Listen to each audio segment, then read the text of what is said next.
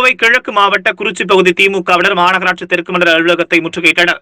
கோவை கிழக்கு மாவட்டத்துக்குட்பட்ட குறிச்சி பகுதியில் பல ஆண்டுகள் கடந்தும் அனைத்து வீதிகளிலும் பாதாள சாக்கடை பணிகளுக்காக தோண்டப்பட்ட குறுகிய சாலைகள் சரி செய்யப்படாமல் விபத்துகளை ஏற்படுத்தும் நிலையில் உள்ளது.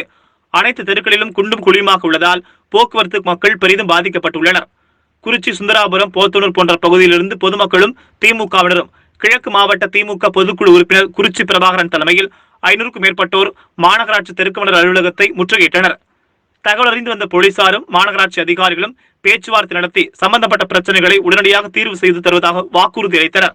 இதனால் சிறிது நேரம் குனியமுத்தூர் இடையர்பாளையம் பகுதியில் போக்குவரத்து நிறுத்தப்பட்டது.